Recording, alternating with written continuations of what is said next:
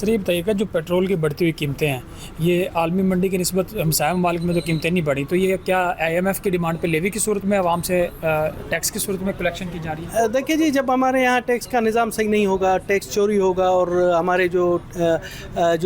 Tax کے آفیسران ہیں وہ اپنی جیبیں بھرتے رہیں گے تو یہی سسٹم ہوگا کہ حکومت تو چلانی ہے تو یہ براہ راست عوام پر ایک بوجھ ہے، اور اس طرح سے جس انداز سے پیٹرولیم کی قیمتیں بڑھائی جا رہی ہیں تو آپ سمجھ سکتے ہیں کہ پیٹرولیم کی قیمتیں بڑھیں گی تو تمام چیزوں میں ایک مہنگائی کا طوفان آئے گا۔ تو ہمیں بحیثیت ممبر پارلیمنٹیرین یہ سوچنا چاہیے کہ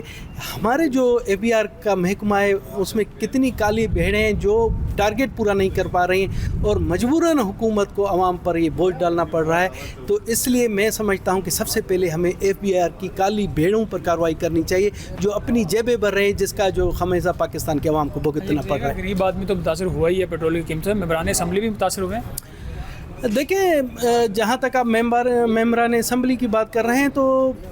آنیسٹلی میں آپ کو بتاؤں کہ دیکھیں یہ جو طبقہ ہے ممبر پارلیمنٹیرین کا تو وہ یہ تو افورڈ کر سکتے ہیں۔ میں سمجھتا ہوں کہ جو سب سے تباہی ہے وہ پاکستان کی غریب عوام کی ہے، اور جس طرح سے ان پر یہ